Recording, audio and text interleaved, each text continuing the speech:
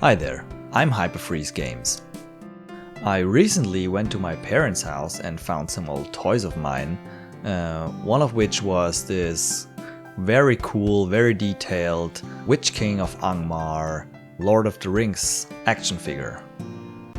And this immediately gave me the idea for today's video, where I try to recreate the Witch King of Angmar using this action figure here on my desk as a reference.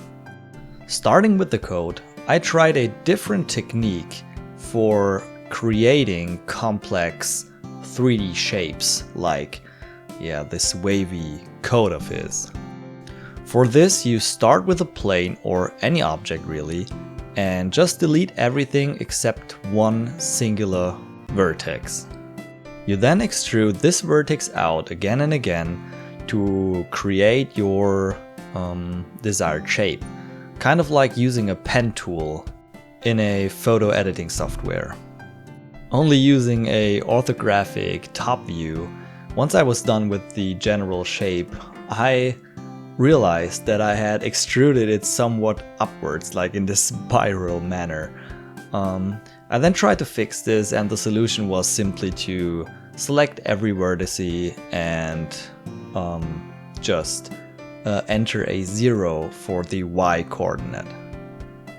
You can then, after some trial and error here, select every edge and just extrude this upwards a bunch, changing like the rotation a bit to make this really cool looking coat in my example.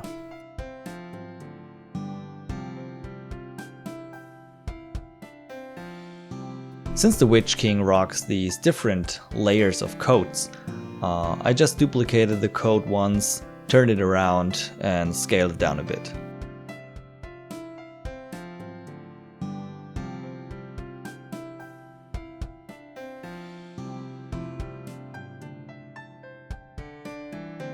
I then opened up the coat by deleting some faces on one side and just rotating some of the edges there.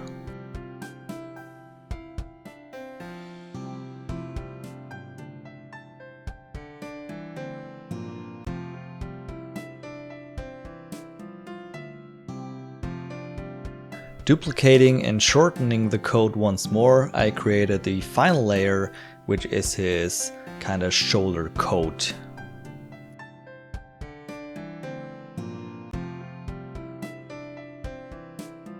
I then checked the orientation of the faces, which you can see is all wrong. So it makes sense to check this periodically and invert the faces where needed.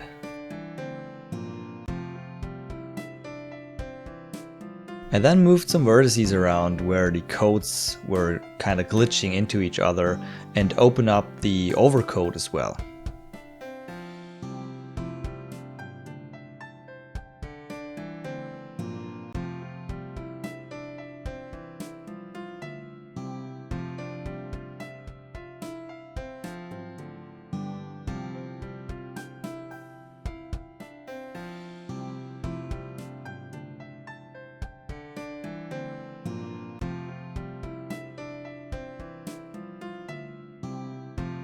I then tried to create his hood out of a simple cuboid by subdividing it a bunch of times, but it just didn't look right.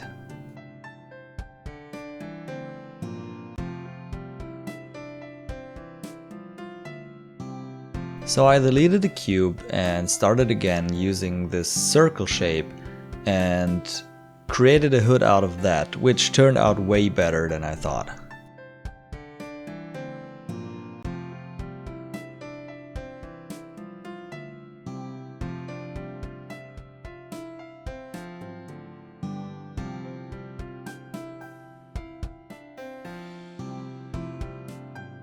With the general shape done, I then created these flaps my figure has as well, just like flowing down his shoulders.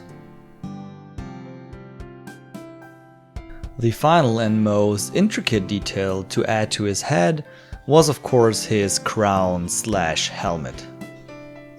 For this I started with a circle again, just formed it into this headband looking thing and extruded the rest of the helmet out of it, like the face plates and his little horn.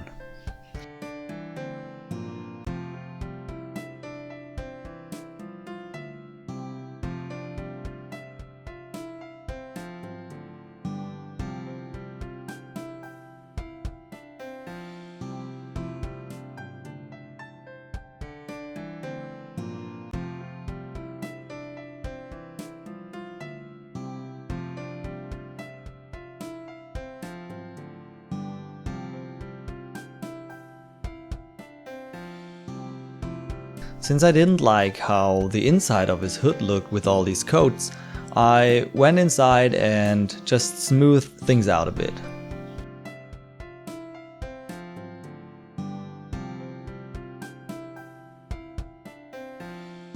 With this done, it already started to look really cool and how I imagined it. But now I wanted to see how the coat and everything would look with a texture applied. First, I drew this cloth texture using the seamless tiling technique in Krita. To get the texture on the coat, I just imported the PNG file into Blockbench and clicked Apply to Element with the coat selected. I then used a lazy but effective shortcut and just selected every face of the coat and chose Create UV from View. This just takes the current camera view and applies all the vertices, all the faces onto the UV map according to the view. And this already looks just the way I wanted to. I then simply used the same method for the inner coat and like the over shoulder coat. Since all that started to look so damn awesome, I went ahead and created a like darkish metal texture in Krita the same way I did for the cloth texture. The seamless mode in Krita is just perfect for either drawing textures or even creating textures from photographs.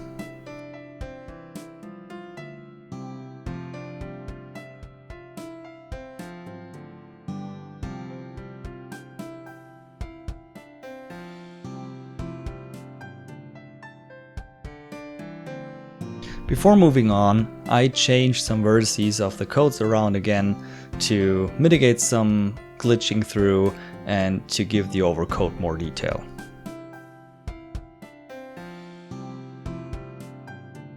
I then added eyes to the helmet or mask, whatever you want to call it, and just kind of solidified everything because it was just this helmet with no substance, no depth. I then used the same technique again by just selecting faces and projecting the UV from the view, which is, in my opinion, such a easy and intuitive way of texturing everything, because you can just select how you want it projected onto the texture. Another very cool thing in Blockbench then is that you can actually use the painting mode to draw over or onto the imported textures. So you can just add this seamless metal or cloth or wood texture to something and then add highlights like I do now with these lighter metal shades on the edges. Mind you, when saving, this actually overrides your PNG that you imported, so make sure to have your source file secure somewhere. I then wanted to finalize the crown aspect of the helmet by giving him his iconic spikes around the head, where I just used this cuboid and extruded some more spikes out of it. With one spike done and happy, I just duplicated it and rotated it and then just mirrored it to the other side.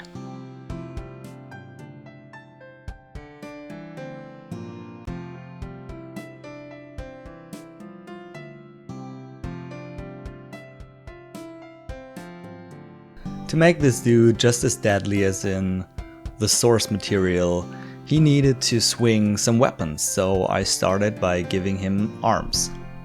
For this I just took a cylinder, formed it into this rough upper arm shape, and then added some armor details to it.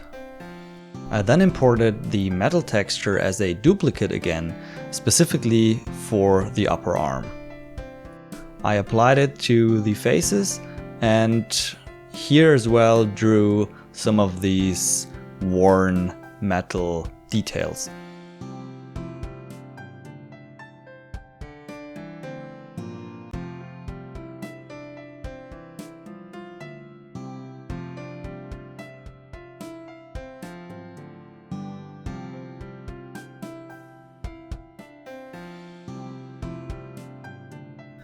I then created the shoulder pad pretty much in the same way I did with the arm.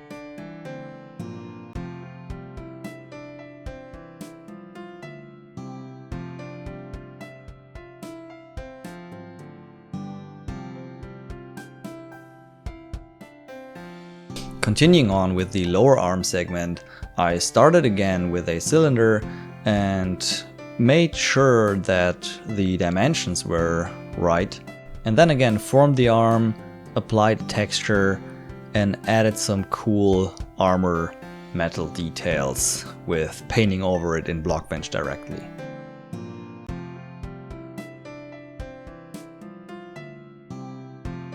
And as a connecting element, I modeled this elbow plating, which just, connected the upper arm with the lower segment of it.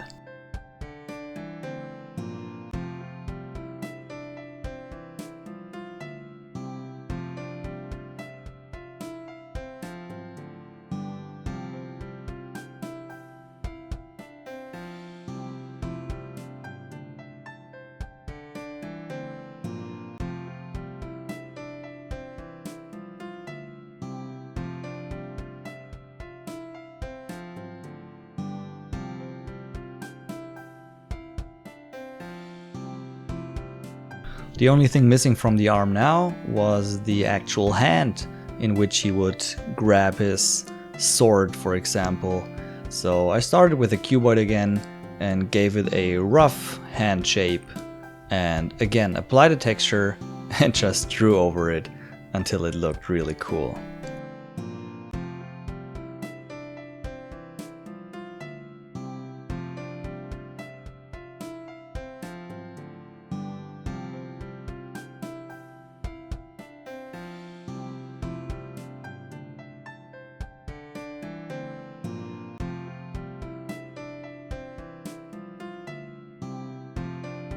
He then actually looked kind of like an armored orangutan with his long arm, so I just scaled everything down a bit and repositioned some of the elements.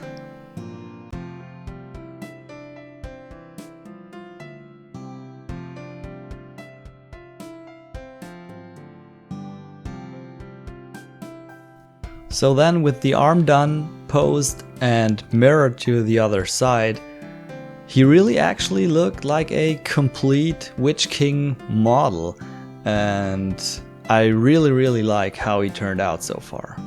Looking back at my toy, I wasn't quite as happy with the general shape of his face, so I just went there and made some adjustments to his mouth to make him look more movie accurate. So the last thing I wanted to add to this model was an actual weapon.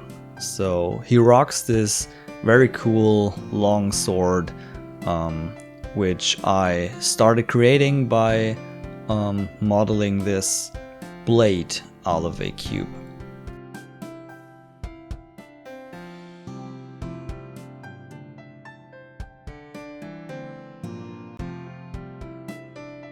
After I was happy with the blade, I added this cool looking guard, and after I was happy with that, I just gave it this hilt with this metal detail at the tip of it.